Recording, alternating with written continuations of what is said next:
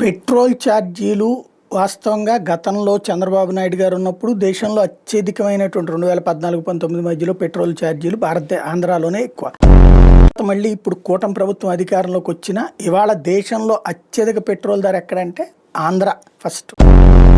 ఈ ప్రభుత్వం 100 రూపాయలకు అమ్ముతుంది ఒక లీటర్ పెట్రోల్. దాంట్లో 28 రూపాయలు రాష్ట్ర ఖజానాలకు వస్తుంది. ఆకాశంలో ఉన్న ముఖ్యమంత్రిని ఈ ఎన్నికల్లో ఓడించండమ్మా, ఆ 28 రూపాయలు సగానికి సగం తగ్గిస్తాడు.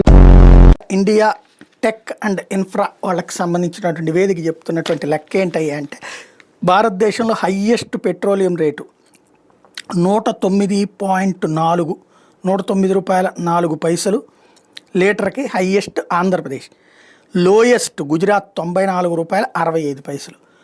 ఈ రెండిటి మధ్యన ఉన్నటువంటి ₹15 గ్యాప్ ఏదైతే ఉందో అది రాష్ట్ర ప్రభుత్వం సెస్సుల రూపంలో వసూలు చేస్తుంది.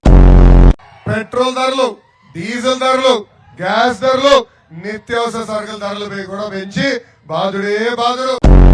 మనం ఏకంగా ₹90 వచ్చేదానికి ₹19 ట్యాక్స్ వేస్తున్నాం. బాధుడు.